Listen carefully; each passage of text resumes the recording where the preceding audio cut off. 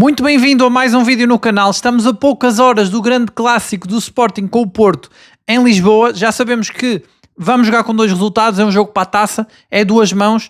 Acho que a decisão vai ser na meia-final, mas também pergunto-te já o que é que achas em relação a esse jogo. Qual é o teu prognóstico? Quanto é que achas que vai ficar o jogo? Se achas que vai ser um jogo mais fechado? Se achas que vai ser um jogo em que o Sporting vai dar tudo porque é o tudo ou nada para eles, porque depois vai ficar mais difícil ter que resolver o jogo fora?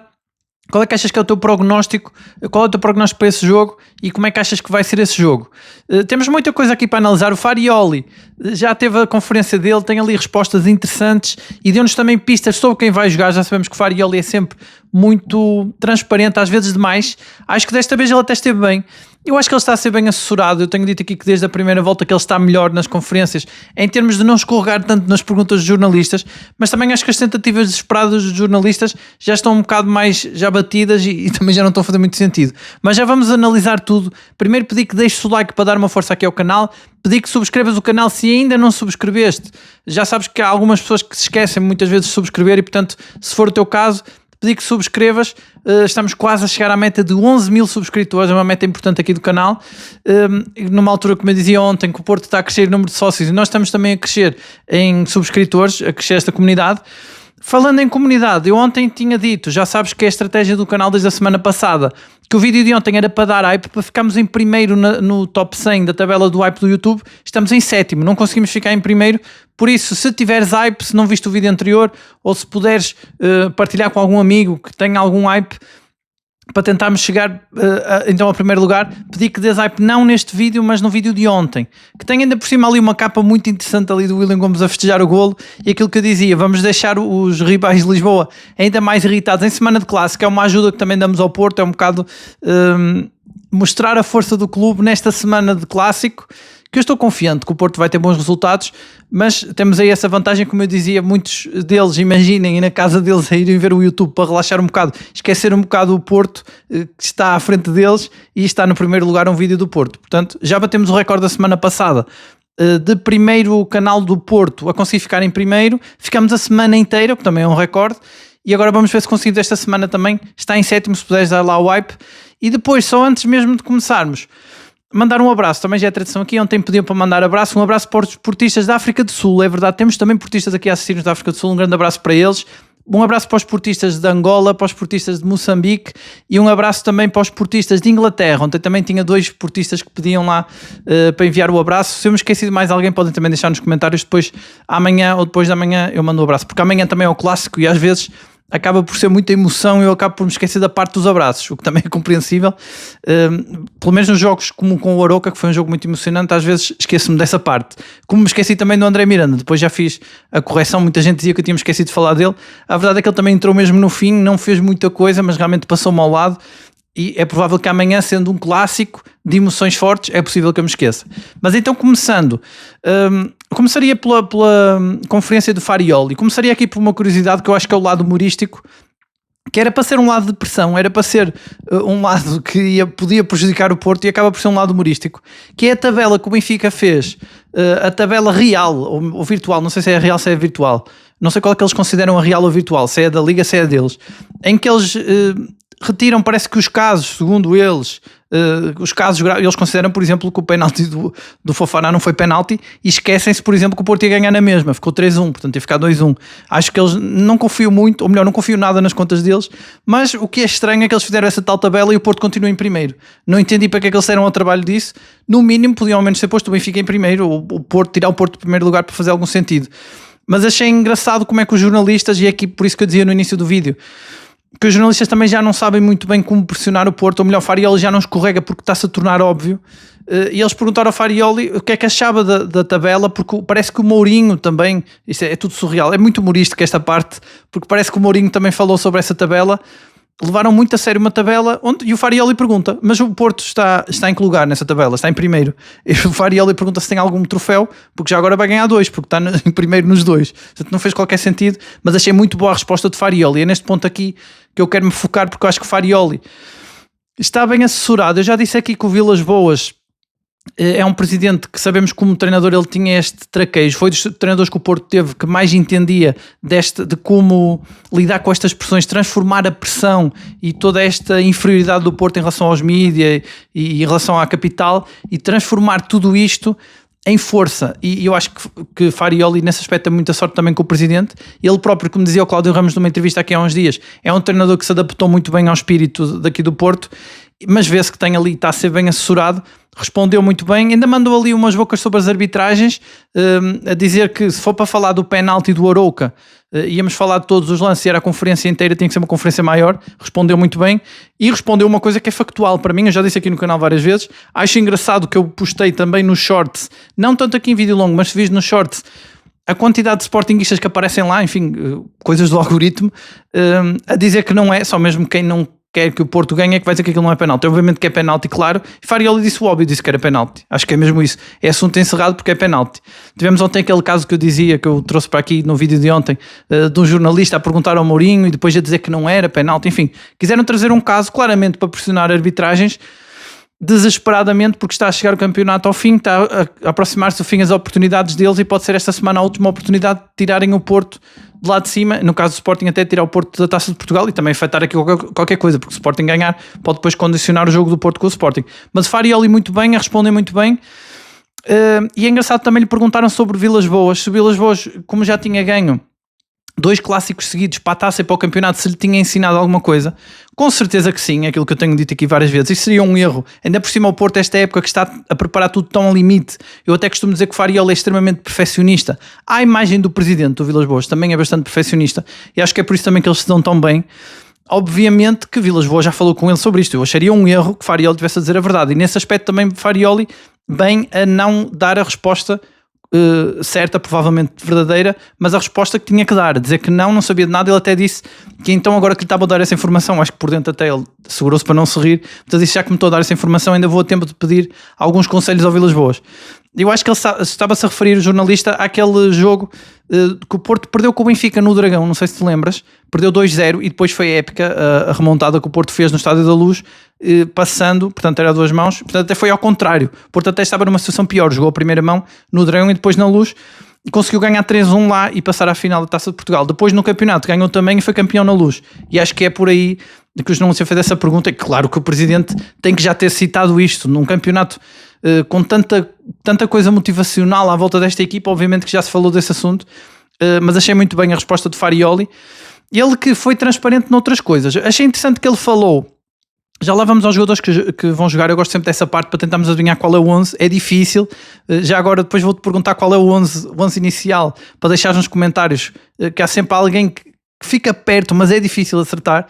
Mas o Farioli a responder muito bem à pergunta sobre se são previsíveis, esta questão volta sempre, principalmente quando há clássicos. Eu tenho a certeza que o Mourinho vai voltar a puxar por isto quando for no domingo o jogo com o Benfica, com certeza, mas o Farioli agora está mais preparado também, e quando são clássicos ele também fica mais atento a isto.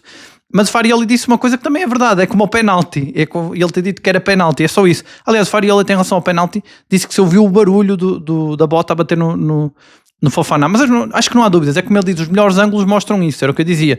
Eu admiro-me não haver mais ângulos em relação ao penalti, mas deixando o penalti para lá, que também foi para pressionar a arbitragem, acho que só encontro esse motivo para se ter falado tanto desse penalti num jogo em que o Porto ganhou 3-1 e não 2-1, volto a referir. Mas o Farioli ia dizer que realmente são previsíveis, mas isso é porque têm uma identidade forte. É exatamente isso. Nós aqui no canal já desmontamos completamente a estratégia de Farioli, já toda a gente a percebeu.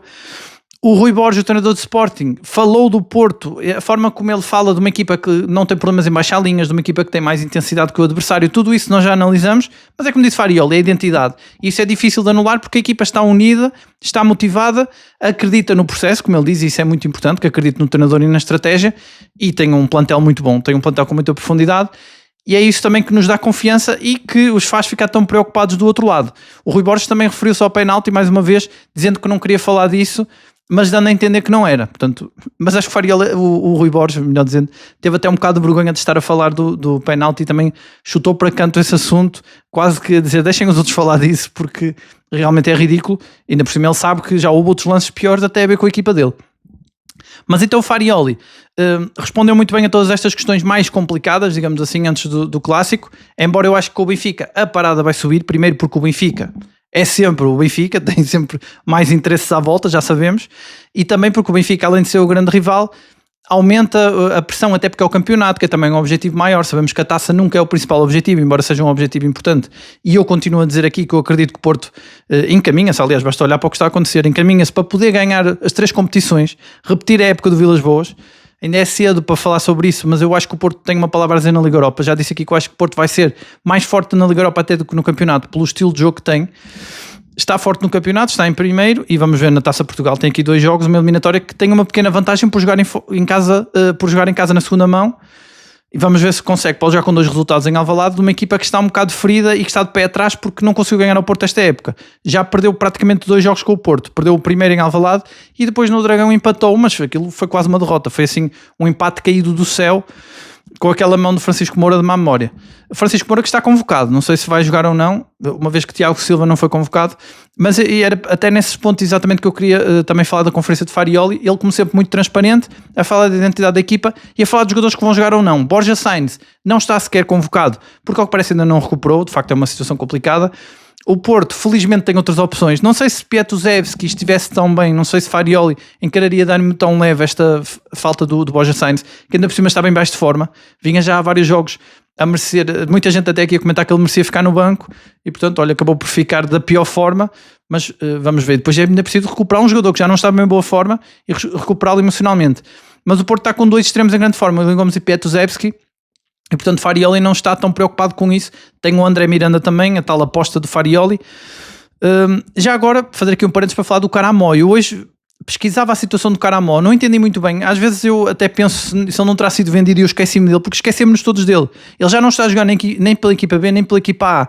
Foi realmente a verdadeira exceção do mercado do Porto. O Porto fez grandes contratações, todos os reforços a dar muito à equipa. Ainda vemos agora os reforços de janeiro, o Fofana, o Mofi e o Piatuzevski, todos a marcar golo, todos a ser decisivos. O próprio Tiago Silva também ganhou lugar ali no eixo da defesa. Os reforços de verão todos, o Pablo Rosário era o menos, tinha um valor mais baixo e que levantava mais dúvidas, também se afirmou muito bem, em comparação também com todos os outros que se afirmaram. O Caramó é exceção, impressionante como é que é um jogador que passou completamente ao lado, é um daqueles jogadores, infelizmente há muitos também na história do Porto, é natural, o Porto contrata sempre muitos jogadores, há sempre alguns assim, mas entra diretamente para a galeria dos grandes flops do Porto. Felizmente numa época em que foi a exceção, que confirma a regra, que o Porto está a conseguir contratar muito bem, mas parece que ninguém quer o Caramó. Eu pesquisei, falava-se até do mercado na China, há vários mercados que podem levá-lo, mas está difícil, não sei se é o Porto que o está a oferecer, e o Porto até tem tido muita capacidade de conseguir livrar-se dos jogadores, e isto passa-me a ideia que o Caramó foi mesmo um flop, um grande flop, ou algo se passou entre ele e o treinador, porque o treinador está a apostar no André Miranda, em vez do Caramó, ou seja, Farioli nem tem este perfil, ele normalmente aposta nos jogadores que ele quis contratar, portanto Caramó foi completamente um tiro ao lado aqui do Porto, que felizmente foi corrigido de forma exímia com a chegada do Piatuzevski, que grande craque que chegou aí, o Quaresma polaco. Eu falei aqui há 2 vídeos atrás, não sei se sabes a referência, que foi que o Porto partilhou nas redes sociais do Kivior a dizer que o Piatuzevski era o Quaresma polaco, e eu acho que essa vai colar, até que ele tem muitas semelhanças, inclusive é a trivela. Se bem que o William Gomes no jogo com o Arouca não ficou atrás, também fez ali uma trivela para a assistência ao Mofi, portanto a trivela do William Gomes até foi mais útil. Mas então, falando aqui do Farioli, ele a dizer que Borja Sainz não é convocado, não joga por causa do que lhe aconteceu. Tiago Silva só no jogo com o Benfica, acredito que vai ser titular no jogo com o Benfica, e deu aqui a pista de que vem o Martim Fernandes. Será que o Martim Fernandes, aqui fica uma dúvida, será que o Martim Fernandes rouba o lugar ao Alberto Costa, que tem até jogado bem, ou ao Zaidu? Eu acho que apostaria mais em jogar no lugar do Zaidu, mas realmente o Farioli a ser transparente em relação a quem vai jogar, e também a falar, a elogiar muito a tal capacidade do plantel. E ele fala mesmo disso, a tal força do plantel em ter 2 opções de qualidade para cada posição. Ele não se cansa de agradecer à direção isto, realmente era um plano que ele tinha, e realmente a direção fez os favores todos, contratou mais um adjunto, como ele queria, tem uma equipa técnica muito grande, chamou até o Castro da equipa B, e em relação aos reforços a mesma coisa, conseguiu e não descansou enquanto não conseguiu juntar 2 jogadores de qualidade semelhante para a mesma posição, e Farioli está nas suas quintas, claro, e ele próprio justificou também isso. Perguntaram-lhe sobre as substituições aos 60 minutos, que são sempre as mesmas, é verdade, e ele a dizer que os jogadores, não quer dizer que os que saiam não estejam frescos, mas é a forma como ele vê o jogo, é a estratégia dele, sem dúvida que é isso. Acho que a entrada de Fofana no jogo com o Arouca foi estratégica, já houve outros jogos em que ele decidiu pela sua capacidade de ler o jogo, mas o que o Farioli quer, eu acho, a partir dos 60 minutos ele tenha um banco com jogadores na máxima força, nem que para isso tenham que ter jogado amigáveis, como aconteceu com o Vizela, os jogadores que estão na sua máxima forma física, para entrar frescos e revolucionar o jogo, sem mudar o sistema, preferencialmente, a não ser que seja um desespero em que o Porto precisa muito marcar, como aconteceu com o Arouca, mas aí até ele arrisca pouco, porque ele troca o PP pelo André Miranda, ok, fica com 2 extremos desequilibradores, mas continua com 2 extremos, e troca o Fofana pelo Pablo Rosário, ganha mais um médio igual ao Froholt, com muita força, mais explosivo, mais ofensivo, mas na posição 6 do Pablo Rosário. Portanto, ele mantém o conservadorismo, mas dá uma força ali à equipa na segunda parte.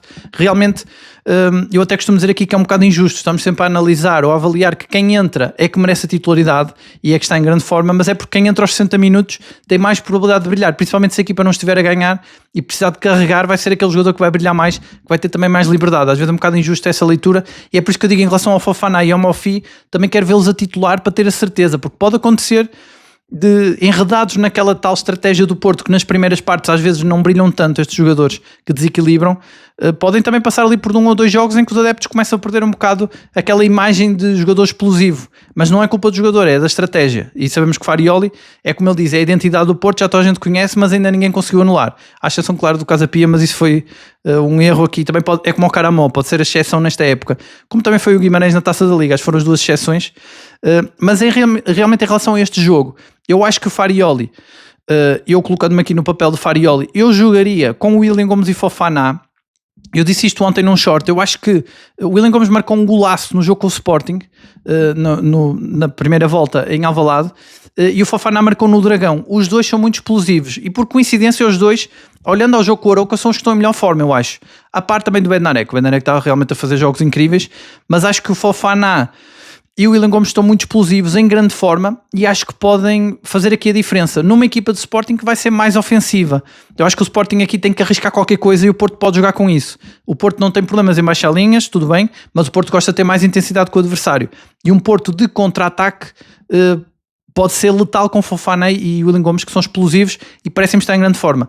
Para isto teria que sair Pietuzewski, mas eu também estou aqui a ver um bocado no papel de Farioli, que gosta de gerir muito a equipa. Acho que Pietuzewski já não era para ter jogado no jogo do campeonato, mas o Borja Sainz não estava, e ele dá 4 titularidades seguidas a um jogador de 17 anos, se bem que tenho aqui um ponto a favor do Pietuzewski, que é o facto de ele não jogar a Liga Europa, ou seja, na próxima semana já pode descansar, depois joga com o Benfica.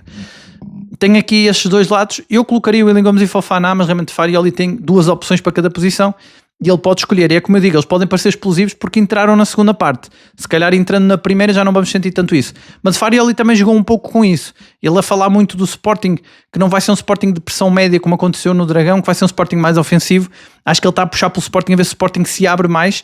Isto pode ter até sido a razão e o motivo porque o Porto no início da época era tão explosivo, era tão intenso. O Farioli diz que continua com essa mesma ideia de jogo, de ter muita intensidade e bola para a frente. Só que se calhar as equipas é que realmente foram se adaptando a essa equipa do Porto, e o Porto também se foi adaptando, continuou com essa pressão, mas eu acho que é só quando precisa, porque como aconteceu com o Arouca, o Porto quando se foi o gol do empate aí foi para cima deles, mas até lá não tinha tido aquela pressão asfixiante. E acho que Farioli gosta, ele quando tem assim jogos grandes, ele gosta de puxar pela equipa adversária para ver se ela ataca, que acho que é mesmo a pensar nisto, no contra-ataque e na explosão. Mesmo que jogue Pietuzewski em vez de William Gomes, acho que mesmo o Pietuzewski também é muito bom a ir para cima do adversário e a aproveitar esse espaço. Acho que seria realmente bom para o Porto que o Sporting atacasse muito, e é aqui um dilema para o Sporting, porque não pode abrir muito atrás, mas tem que arriscar, porque é um jogo em casa e depois o jogo fora vai ser mais difícil. Mas ele tem realmente essas opções todas, e eu via hoje, por exemplo, uma estatística do William Gomes. O William Gomes é o segundo melhor marcador do Porto, tem 9 golos, o Samu está lesionado, não pode contribuir mais, ainda assim o Samu risca-se a terminar a época como melhor marcador, porque o Porto marca muitos golos a partir de vários jogadores, acho que já são uns 20, se não me engano, por aí, que já marcaram um golo. É até, penso que um recorde do clube também. Não é sempre o mesmo jogador a marcar, muitas vezes são os jogadores mais de trás, isso também ajuda a que depois o melhor marcador tenha poucos golos. Mas o William Gomes, além de ser o melhor goleador que pode jogar agora, o melhor marcador, ele ainda tem esse fator-chave. Penso que sempre que ele marca são golos decisivos. Eu estou-me a lembrar do golo na Liga Europa, que foi aquela festa muito grande, se não me engano foi contra o Salzburgo. Teve o jogo com o Sporting, que eu lembro-me desse golo espetacular que ele marcou, a puxar para o pé esquerdo um golo ao Hulk, acho que um dos melhores golos da época. Acho que esse golo e o golo do Borja Sainz ao Alverca são os candidatos a melhor golo da época. Eu não me estou aqui a lembrar, pode haver mais algum, mas podes também deixar nos comentários se houver mais um golo, já sabes que sim, já sabes que eu fico sempre atento aos comentários. E acho que o William Gomes tem esse lado de decidir jogos, que acaba também por empurrá-lo mais para a segunda parte, para ser mais arma secreta, mas pode ser uma boa arma aqui. E até falando do Samu, aqui só fazendo um parênteses, já que falei do Samu,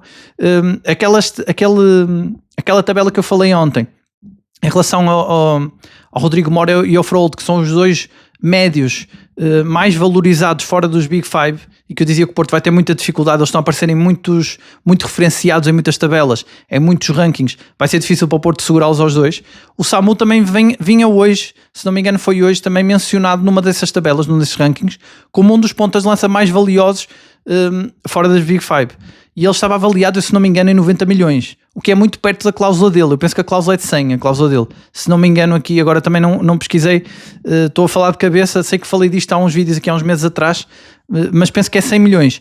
E o Samu, acho que só não vai sair, também não é um jogador que vai ser difícil segurar no fim da época, porque lesionou-se. Não sei se algum clube vai querer levá-lo, mas se quiser levá-lo vai ser por saldos, e acho que estando nesta situação acho que ele já não sai, mas de qualquer forma o Samu continua muito valorizado e muito bem cotado mesmo estando lesionado. E eu mantenho aqui a minha aposta, que já tenho dito aqui muitas vezes, que eu acho que o Samu vai bater aqui um recorde de recuperação, vai recuperar mais rápido.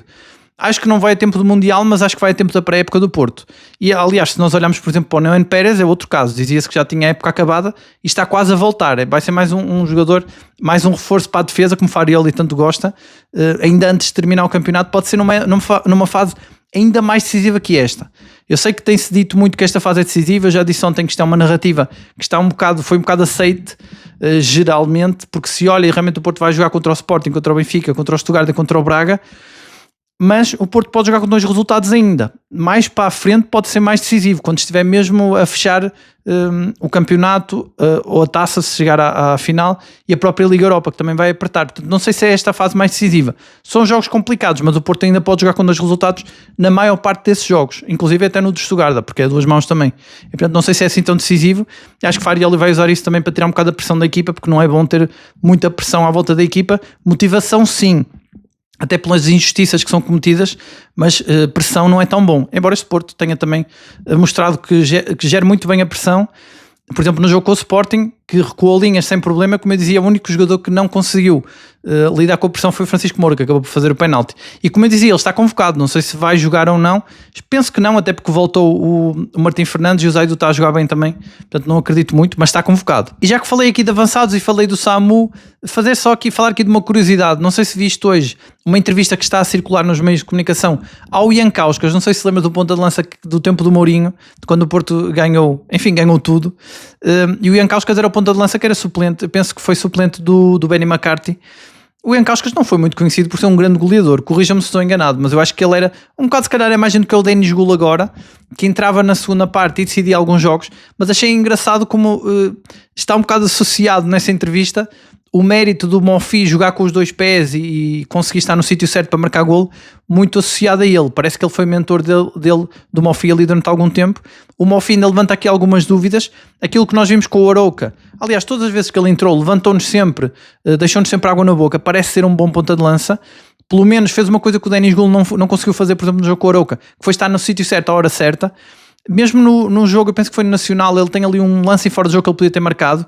Com o Rio Ave tem também uma bola oposta, portanto parece ser um avançado que tenha a mira afinada para a baliza, e nós precisamos muito que seja assim, porque já vimos que o Denis Gul não aguenta a pressão de ser titular. Aliás, eu acho que o Denis Gul já não vai ter a oportunidade no jogo com o Sporting. Se a tiver, surpreende-me, mas pelo menos com o Benfica acredito que já não deve ter mesmo, a não ser, claro, que tenha a oportunidade com o Sporting e marque golo, porque aqui antes do jogo com o Arouca, nós podíamos colocar a possibilidade que de facto o Denis Gul tinha outras características, que tem boas capacidades físicas, técnicas, etc, mas que não tinha golo.